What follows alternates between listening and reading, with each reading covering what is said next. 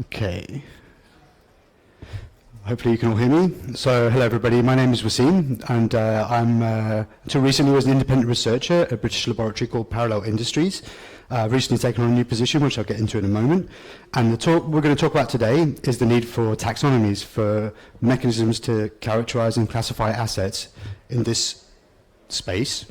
So the talk is called Dude, Where's My Taxonomy? You just saw my front slide, it's just disappeared again, so hopefully that will come back pretty soon. There we go.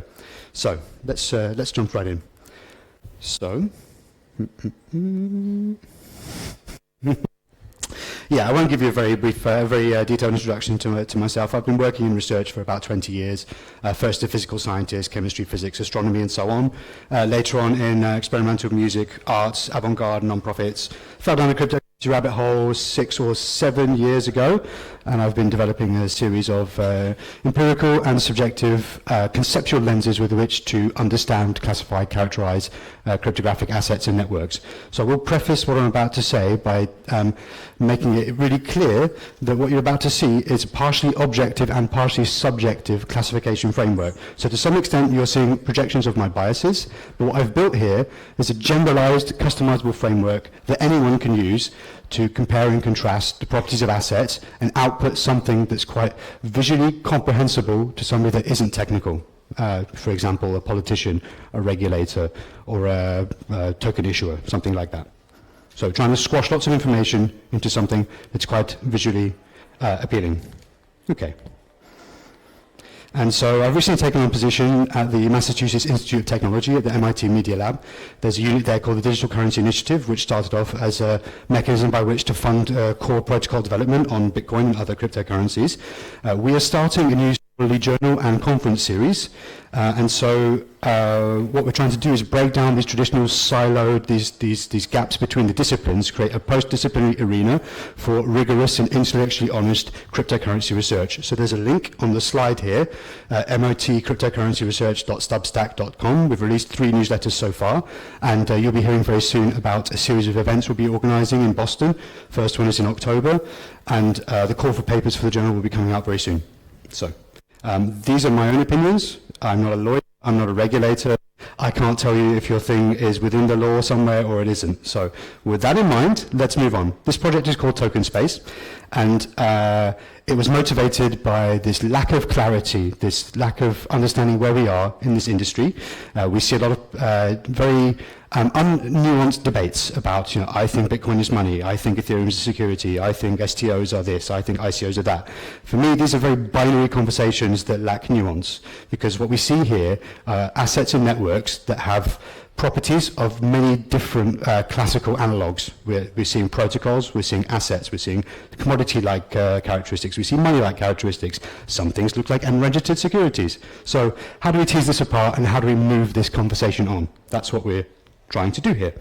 So most of you probably remember last summer there was a very senior official at the Securities and Exchange Commission in the United States called William Hinneman, and he made some comments that he thought that the 2014 token sale of Ethereum looked a lot like an investment contract, looked a lot like a security offering, but that by then, by the summer of 2018, it had become sufficiently decentralized that it was no longer security-like assets.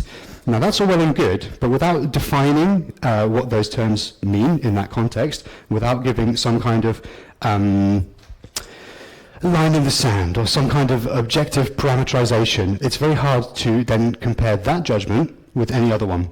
Now, we've already had this conversation with Bitcoin. It's pretty much universally agreed that Bitcoin is not a security. It doesn't meet many of the kind of classical stipulations of something like the Howey test or the Silver Hills test, investment contract, risk capital, expectation of profit, people you rely on, and all the rest of it. So these conversations we're having, like, is Bitcoin money? Is it not? Is Ether a security? Is it not? Like, we still haven't, we need to move this conversation on. We need to move this on to something a bit more sophisticated. So this is what I hope to do. And because, if we don't, then we'll be stuck in winter forever. And, it's cold out here. So let's try and thaw the ice. Okay. So I often like to couch what I'm about to say by thinking about these networks as a stack of layers. So you probably are familiar with the OSI kind of network stack of layers. Vitalik Buterin had a really nice article called The Meaning of Decentralization, where he talked about this in terms of a ternary stack. I've just added an extra layer into that just to tease apart these things a little bit more. So when you have this, then you can start to contextualize some of these definitions like decentralization or permissionlessness or censorship resistance. So you might talk about the decentralization at the protocol level, the plurality and distribution of the nodes that operate the protocol, that message each other. Do some of those have certain privileges? Do some of those have certain responsibilities? You might talk about the monetary decentralization in terms of Gini coefficients, in terms of asset concentration and supply. And talk about the social and political in this kind of well-worn trope of blockchain governance, and do insiders control these things indirectly, and so on. So we're going to speak mostly about tokens here. So Beth and Danny's talk about DAOs, we're going to take a step back, and I'm going to show you a framework that we can, in the future, apply to organizations such as DAOs. So I don't think I need to motivate this crowd too much about the differences between legacy assets and crypto ones, and I don't really have the time. But what I would say is it's very helpful to think of these things. I think the conversation has reached a consensus that these things are largely commodity-like. People see these things as limited resources, decentralized resources, or something like that. Some people think that some of these have monetary characteristics. Some of them don't. And some of them look like they might be investment agreements that receive on-chain cash flows. Think about masternodes or staking or token sales, things like that. So I will jump on and just say that this semantic fog is complicated by the fact that we use the same words to describe protocols that we do to describe the assets and the networks. So this is a little bit bit of a confusing point and a bit of a nuance, but hopefully we can move past that. Okay, so I'm sure some of you have heard of Metcalfe's law, and if you haven't, you've probably heard of Moore's law, this idea that computational power can scale, doubling every year, this kind of exponential relationship. The idea with Metcalfe's law is that the value of a network, or the value of leveraging that network, is roughly proportional to the number of nodes that squared. Now, this is all well and good, but it doesn't really hold very well because it will just extrapolate to infinity, and that will just suck all of the money out of the world, which, okay, maybe that's what some people want. So think about Alexander Graham Bell and his first telephone line with his mother. That two-node network was probably not very valuable to anybody except him and his dear mother. But as the telephone network proliferated, it became very valuable. And then that essentially transmuted into the internet, which we know and love today as this priceless network. What I prefer is the work by Nick Golgaty and Paul Johnson. Hopefully you can see the reference there. They've done a paper called Network Capital. Paul Golgaty has a book called The Nature of Value, which I highly recommend.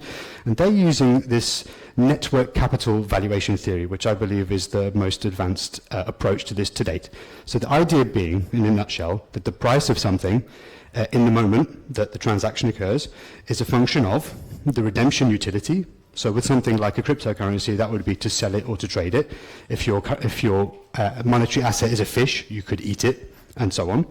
You have the network utility, which is the breadth of the protocol, who will accept that asset from you. And the speculative utility, you probably are familiar with speculative utility if you're in this room, the idea that the price of something that somebody will pay you may be different in the future than it is now. So you can also look at this through the lens of time. Where we all know the price of Bitcoin yesterday. The price of Bitcoin yesterday is an objective fact that is recorded. The price of Bitcoin now is an intersubjective phenomena. It depends on who's on either side of the transaction and all the other factors that go into that. And the price of Bitcoin in the future, well, if you know the price of Bitcoin in the future, please come see me afterwards. So that is something subjective. We don't really know that. So, quick aside, I used to be a scientist, and this very distinctive gentleman with a lovely haircut is one of the largest or the most renowned connoisseurs of the periodic table in the world, the chemical taxonomy. And so he has this rack of ties in his office, all of periodic tables. Does this work? No. Oh, the small... Let's go back. Yes, the small thing at the bottom of the slide is actually a periodic table etched into one of his distinctive hairs. That's the smallest taxonomy in the world. And that's him getting knighted by some guy. Okay. Right. So that's what a good taxonomy looks like. We've got things are ordered and structured and detailed. That's what we want to go towards. However, It didn't always look like that. That's after several hundred years of experimenting empirically, trial and error, making adjustments, and oh, I just skipped several. Yeah. Okay. Okay. Come on. I'm now going forwards, not backwards. Okay. All right. Should have put it on a blockchain. Come on. Okay, so we've skipped a couple of slides here, but basically what I was going to show you was some of the historical steps that were gone through to reach that mature taxonomy. So these things iterate in development, and the point I want to make to you is that today we're not at the stage that we can build this mature schematic of ontology. We don't really know what these things are yet. This is actually very early, and so we're more in this occultist phase of mixing fire and water and niter together to see what we make. So this is the latest state of so-called taxonomies in the cryptocurrency tokenized asset space, and I haven't got time to really deliberate why I think these things are not very good, so I'll let the emojis do the talking here. But there are a number of kind of best practices with doing classifications which nobody seems to be following, so that's a shame. Here's a good one. This is from a paper called Don't Slip on the ICO by Fridgen et al. And what they've done is they've taken a whole bunch of token sales, looked at the similarities and differences in them. So you've got things like token supply cap, is it capped or uncapped? The pre-sale discount, was there a token share for the team? Is there a funding cap? Is there a time horizon? Things like that. And they've taken these into clusters. So they've looked at different populations or different sale types. And they've come up with some actually meaningful results. So that's the best one so far. So let's go back to our little news stories here. Talking about, is an asset securitized or not? Are these things money or not? These things look like commodities. So what we can do is build an imaginary idealized graph with 3 dimensions with, on one axis, securityness, which is the extent to which an asset has the properties of a securitized asset. Commodityness is as to how commodity-like something is, and moneyness, how money-like something is. And if we have this, then we can start to plot these things in 3D space, and we output something that's visually relatively simple for somebody that doesn't have a full view of the technicalities of the networks and assets to compare and contrast these objects. Okay, so then take it a step further. Remember about William Hinman and his sufficiently decentralized comment. So now let's imagine that this line is a regulatory boundary surface in some imaginary country. Cryptopia, let's call it. And so, if the Ethereum token sale was likely a security offering, that might be above the boundary on this axis. And as time goes on and the network matures and the use of the asset proliferates and the use of the network increases, then this thing may have moved down through the boundary from the not cool zone to the, okay, this might be cool zone, let's say. And it may be a line. You may not have a line in the sand. You may have some kind of traffic light kind of gradations, and each jurisdiction may have their own way of slicing this space, and they may have their own way of determining these scores. I remind you again, this is at least partly subjective depending on how you engineer this conceptual framework. So this is what a taxonomy looks like. I'm afraid they're not very sexy. Tables are horrible to put in talks. I'm sorry about that. But you've got things like how functional is the network at a particular time? How useful is the asset? Is it proof of work? Is it proof of stake? ICO, fork, airdrop? How balanced stakeholders in the network? Is there human primacy over the code base and the assets? And so what you do with this token space is each of these categorical characteristics, or each of these dimensional indexes that you range between 1, you score them, each asset according to these, then you weight the average according to your, you will come up with the formula for weighting, and then you can squash all of this into a number, and that one number will be the position on the axis of that particular characteristic. Can you hear me? Because my microphone's cutting out a bit. Okay, all right. So, again, sorry, more tables. Let's skip on to some pictures. Oh, no. Yes. Okay, here's a picture. So this is what a token space looks like. This is the top 10 assets by market cap as of a couple of months ago. And on the left axis, going up is securities. Across the bottom is commodities. And going in is moneyness.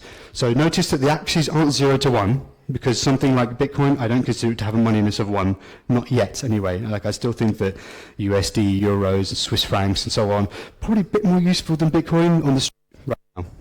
Yeah, shoot me if you must. And so what you have here is a few different populations or types of assets, and it's nice to be able to visually contrast these.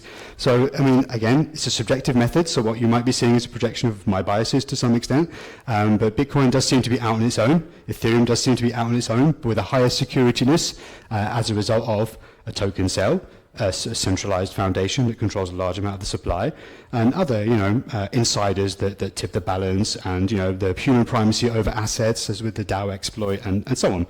You have things like Bitcoin Cash and Litecoin, quite similar. They're Bitcoin-derived proof-of-work networks, so that makes sense. But they have centralizing leadership, and they may have, lower security. So then that makes these things less reliable as monies, less immutable as commodities. Then you have USDT, which is kind of sui generis. It's kind of its own thing, Tether. There is a debate as to whether Tether is a security or not. I don't know, don't ask me. And then you've got Ripple and XRP and Stellar Lumens, which makes sense that they're quite similar. They're kind of these federated systems with a very high concentration of insider supply. And then you've got the kind of ICO class of 2017, TRX, EOS, which look quite a lot like securities in my opinion, but I wouldn't be brave enough to say anything certain. Okay, so once you've got something like this, you can then start to do some kind of numerical and quantitative analysis. Now this is a little bit, not of that much meaningfulness with 10 data points, but I do it to illustrate here. So what we're doing is clustering analysis, k nearest neighbors clustering analysis. K means nearest neighbors, and so that's with 3, 4, 5, and 6 clusters. So it's just trying to tease apart where the different populations of assets might be in the space. And then this is what you might call a agglomerative hierarchical clustering test. Think about the sorting machine in the post office that sorts the first class mail from the parcels, right? This is what it's doing. It's sorting on similarities and differences. And so it's arriving at a similar conclusion to the three-dimensional k-means clustering that I showed you. So, this is very busy. What I'm trying to do here is I'm trying to show you how the properties of these assets might change over time. This is a time-dependent token space. Now, I haven't actually gone away and calculated all of these numbers. I've just done this for illustration to show you that, well, we all know that 500 years ago, gold and silver were much better monies than they are now. So the moneyness of gold and silver is decreasing. We know the securityness of Ethereum is decreasing. We know that the moneyness of Bitcoin is increasing. So this is trying to plot some kind of time-dependent trajectory of these things. So, yes, and to bring it back to why we're here, the idea is to extend this. This is like fresh work. It hasn't been published yet. I've just given the first few talks about it. Been working on it for quite a long time. And so we want to extend this to find ways that we can compare and contrast the characteristics of organizations, traditional organizations and centralized organizations like DAOs. So if anybody wants to help us build DAO space, please come and see us afterwards. And that's pretty much it. So thanks for your attention, and this is how you can contact